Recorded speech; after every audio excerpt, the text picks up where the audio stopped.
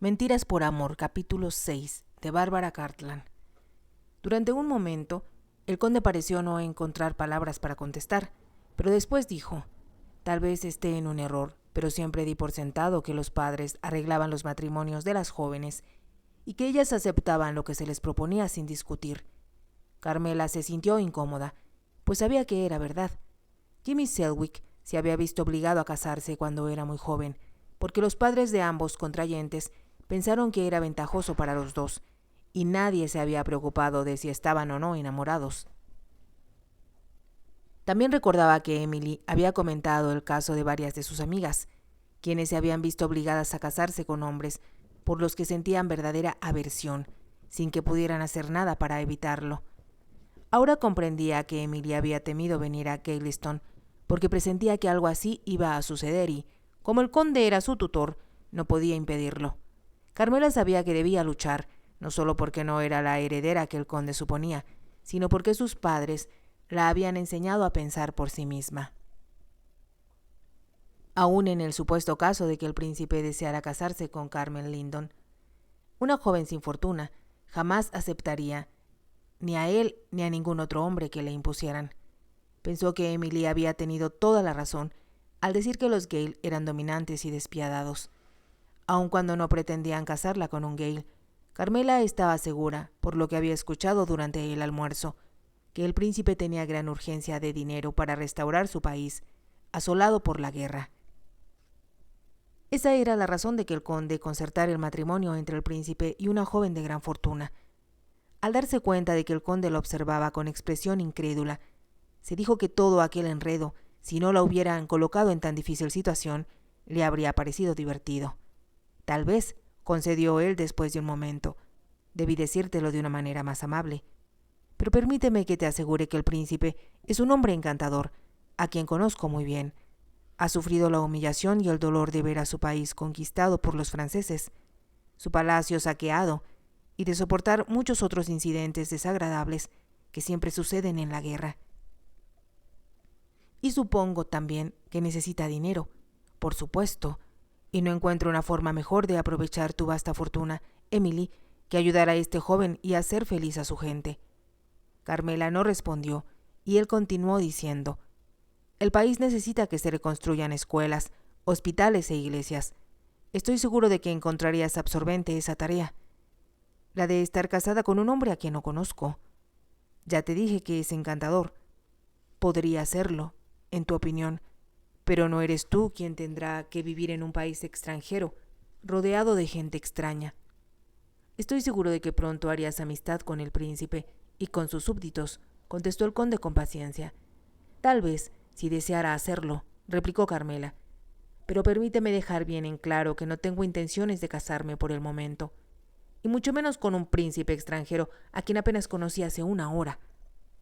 Esto es ridículo, Emily. Me parece muy incorrecto de tu parte tomar esa actitud.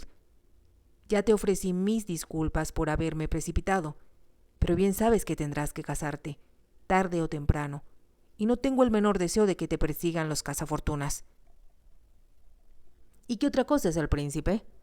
Carmela estaba demasiado furiosa para sentir temor. Pensaba en lo afortunada que era Emily. Caminó a Francia con Jimmy, en vez de estar en su lugar, luchando frenéticamente contra el conde, quien empezaba a impacientarse. La expresión de los ojos de él y la firme línea de su mandíbula demostraban que era tan obstinado como todos los Gale, cuando alguien se oponía a ellos. Estaban de pie, frente a frente, mirándose desafiantes, y como él era tan alto y de hombros tan anchos, Carmela no podía dejar de sentirse abrumada ante su presencia. Pero como sabía que gozaba de la ventajosa posición de estar representando un papel, podía luchar para defender lo que consideraba correcto, ya que, cuando se descubriera la verdad, el príncipe no aceptaría casarse con una sencilla chica sin dinero. En mi opinión, dijo, es del todo incorrecto que se trate a una mujer como si fuera una mercancía. Como ya dije antes, tenemos sentimientos y yo, en lo personal, no me casaría con ningún hombre, por importante que fuera, a menos que lo amara, y él me amara a mí. Me sorprendes, pero si precisamente se trata de eso, ¿cómo vas a saber, con la fortuna que posees, si un hombre te ama por ti misma o por tu dinero. Carmela meditó un momento antes de decir: creo que el amor, el verdadero amor, no puede ocultarse o fingirse, y, a menos que una sea estúpida, no se deja engañar con palabras dictadas por la ambición o por falsos juramentos de amor. El conde, sin saber qué responderle, se alejó de ella y se acercó a la ventana para mirar el jardín. Después de un largo silencio, dijo: supongo que soy un ignorante respecto a las jóvenes, ya que he tenido muy poco que ver con ellas. Ni por un momento pensé que rechazarías mi proposición y sí, en cambio, que entenderías que la hacía en tu propio beneficio. Creí que te hacía un gran favor. Un favor que es un insulto a mi inteligencia. Siempre pensé que cuando las chicas abandonaban el salón de clases se mostraban dóciles y bastante ingenuas, pero tú no eres ninguna de las dos cosas. Nunca conociste a mi abuela, pero debes haber oído hablar de ella, replicó Carmela. Los viejos sirvientes de esta casa no la han olvidado, y puedo asegurarte que vivir a su lado significaba recibir mejor educación que la que se adquiere en la más famosa de las universidades. El conde rió brevemente. Ahora empiezo a comprender por qué los familiares con quienes he estado en contacto desde que heredé se refieren a la riña entre la condesa y su hijo como a una epopeya capaz de sacudir al mundo. Eso debió haber sido para ellos. Ella se fue de aquí jurando que jamás volvería y organizó su vida en otro lado. Y como te llevó consigo, me imagino que te volviste tan decidida y dominante como ella. Sinceramente, así lo espero. Carmela pensó en lo mucho que ella misma había admirado y querido a la condesa. Tanto ella como Emily habían sido muy afortunadas en estar cerca de una mujer tan extraordinaria. Se hizo el silencio y después el conde dijo: solo tienes 18 años, Emily, y por bien educada que estés, tu abuela está muerta y yo soy tu tutor, de modo que tendrás que obedecerme. Y si me rehúso, buscaré alguna forma, lo cual me disgusta sobremanera, de forzarte a aceptar mi autoridad. Carmela sonrió burlona. ¿Qué quieres decir con eso? ¿Encerrarme en el calabozo, si es que hay alguno en esta casa? ¿Obligarme por hambre o a golpes? ¿O arrastrarme, aunque grite, hasta el altar? Hablaba con sorna, pero como su voz era muy suave y musical, no parecía tan agresiva como hubiera deseado. Después de un tenso silencio, el conde observó: creo que hay una forma más sencilla. Me parece que, como tutor, puedo usar tu dinero y gastarlo a mi arbitrio hasta que cumplas 21 años. Carmela pensó, aterrada, que eso era verdad. Él podía impedir que Emily tuviera acceso a su cuenta en el banco y le sería difícil prevenirla a tiempo. Lo detesto, pensó. Sin embargo, comprendió que la había vencido de momento y que tenía que proceder con mucha cautela para no afectar los intereses de Emily. Permanecieron en silencio durante algún tiempo, pero al fin el conde se apartó de la ventana y se acercó a ella. Me parece, Emily, dijo, que ambos nos estamos precipitando a usar nuestras armas uno contra otro, sin pensar en quién saldrá más dañado en la lucha. Carmela lo miró, pero no dijo una palabra, y él prosiguió: empezamos de nuevo. Me disculparé por haber actuado con tan poco tacto, y te pido, en cambio, que pienses en lo que te he propuesto, sin comprometerte a nada. Carmela comprendió que, aunque le concedía una pequeña victoria, la batalla no había terminado y que él tenía la intención de ser el vencedor al final. Pero, como hubiera sido insensato rehusar aquella rama de olivo, dijo en voz baja: es verdad que me tomaste por sorpresa, pero si puedo, como sugieres, pensar en tu proposición y conocer al príncipe mejor, tal vez llegue a pensar de manera diferente. El conde sonrió, satisfecho de sí mismo. También, se apresuró a añadir Carmela, quiero que comprendas que, como no hace mucho que murió la abuela y todavía guardo luto, no puedo casarme en algunos meses. El conde frunció el ceño. Era evidente que, como Carmela, no había pensado en eso antes. No puedo creer, dijo después de unos segundos, que tu abuela hubiera deseado que guardaras luto más de lo necesario. Considero que la duración del luto depende más de los sentimientos de cada uno que de las fórmulas sociales, contestó Carmela con fingida amabilidad. Lo comprendo, asintió el conde, pero al mismo tiempo, Emily, quiero que pienses en el bien que puedes hacer con tu fortuna y en la gente que se beneficiará con tu generosidad, así como en lo feliz que vas a ser al lado de un hombre joven, inteligente y gentil. Te aseguro que lo pensaré. El conde le extendió la mano. Eso es lo que quería oír. Mientras tanto, tratemos de ser amigos. No debemos iniciar otra guerra entre los Gale. Como no podía hacer otra cosa, Carmela le dio la mano y de nuevo sintió la fuerza de sus dedos. Tuvo, además, la sensación de que la absorbía, la dominaba, y que ella tendría que librar una ardua lucha para enfrentarse a su voluntad. Al bajar la escalera para disponerse a cenar, vestida con un bellísimo atuendo, Carmela se dijo que si no estuviera tan asustada ante la posibilidad de hacer algo que perjudicara a Emily, la situación que vivía sería muy entretenida. Como el conde había marcado una tregua, trataba de mostrarse encantador y ya no la trataba como a una tonta colegiala, sino como a una mujer inteligente. Durante los últimos 2 días se había percatado del esfuerzo que hacía él para controlarse. Tal vez era la primera vez en su vida que tenía que tomar en cuenta los sentimientos de una mujer por encima de los suyos. La incluía en todas las conversaciones que sostenía con el príncipe. Le pedía su opinión y escuchaba atento lo que ella decía. Carmela estaba segura de que normalmente la palabra de él era ley y que esperaba que todos lo obedecieran. Sin embargo, el protocolo y los buenos modales lo obligaban a tener deferencias con el príncipe, y el joven, por su parte, le profesaba una admiración que rayaba en adoración. Como se suponía que él estaba dando tiempo para tomar una decisión, Carmela se tomó la libertad de mostrarse tal cual era, sin temor a complicar las cosas para Emily, y empezó a disfrutar de sus charlas con el conde, que en ocasiones parecían contiendas verbales. Sabía que lo había sorprendido con sus comentarios sobre arte y hacía gala de sus conocimientos de pintura, que eran más amplios que los de él. Pero lo que más asombraba al conde era que ella estuviera informada acerca de la situación política en Europa. Eso no se debía a su padre, quien, desde luego, le había enseñado cuanto sabía acerca de arte, sino a la condesa. Ella, debido a su amistad con políticos y hombres de Estado, siempre se había interesado en todo lo que sucedía, tanto en el Parlamento como en el extranjero. Por las mañanas, hacía que Carmela y Emily le leyeran en voz alta los discursos de los miembros del Parlamento que se publicaban en el Times. Después, les explicaba lo que ellas no entendían, y como conocía a muchos de ellos, les hacía breves semblanzas de los líderes políticos de ambas cámaras. A Emily le parecía todo aquello bastante aburrido, pero Carmela lo encontraba muy interesante, y ahora usaba sus conocimientos para sorprender y dejar perplejo al conde. ¿Por qué ha de pensar que las jóvenes son estúpidas?, se preguntaba indignada, y se propuso demostrarle que estaba equivocado. La noche anterior, cuando tuvieron una fuerte discusión acerca del atraso de las reformas que debían favorecer a la comunidad granjera, el conde había dicho: «He estado fuera de Inglaterra mucho tiempo, pero no puedo creer que las cosas estén tan mal como dices». «Por desgracia, son todavía peor», había contestado Carmela. «Alimentos baratos traídos de Europa han empezado a invadir el mercado, y parece que los granjeros ingleses se irán a la bancarrota».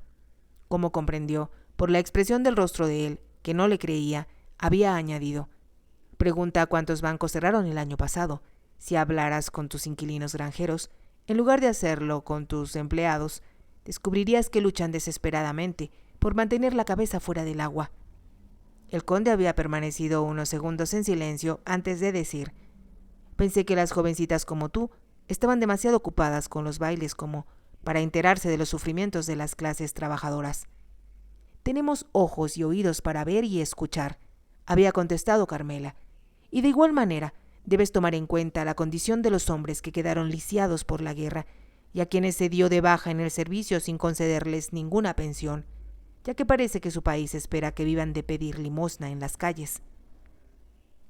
Cómo le indignaba el sufrimiento que había presenciado, incluso en Huntingdonshire, y los reportajes de los periódicos. Hablaba con agresividad, y al conde le pareció que sus ojos resplandecían en una forma muy atractiva.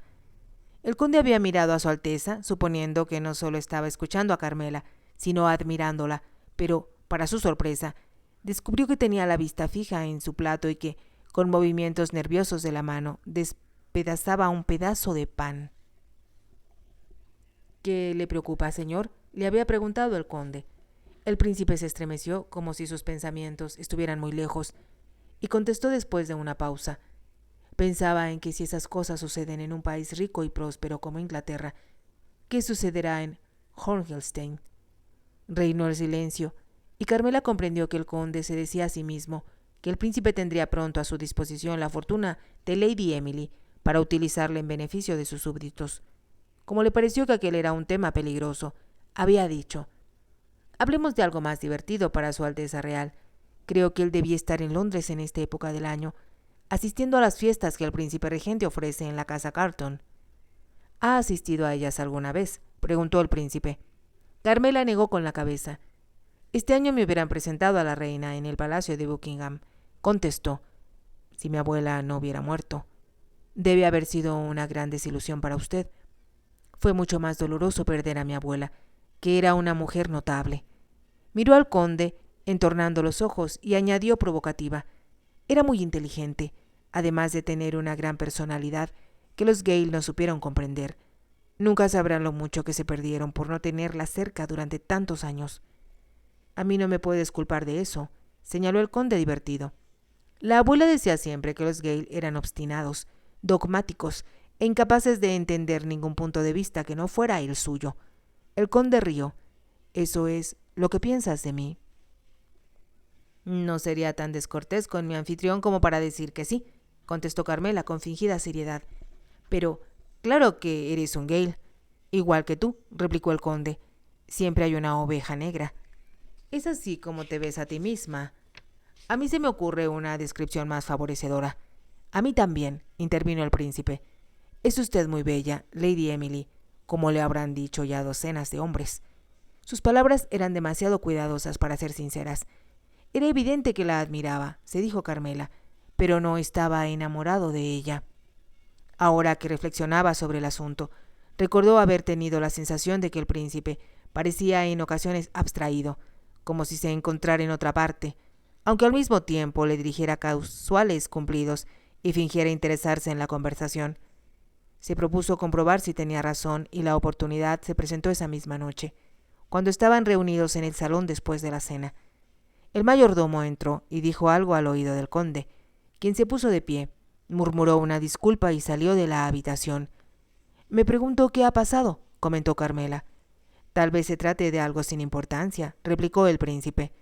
Con una copa de coñac en la mano, se sentó a su lado en el sofá y le dijo: «Al fin puedo hablar con usted.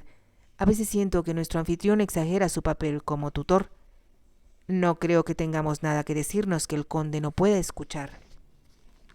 «Eso no es verdad», la contradijo el príncipe. «Prefiero hablar a solas con usted, Lady Emily, y es difícil iniciar un romance cuando se está rodeado de otras personas». Carmela desvió la vista con rapidez. «No quisiera que habláramos de eso.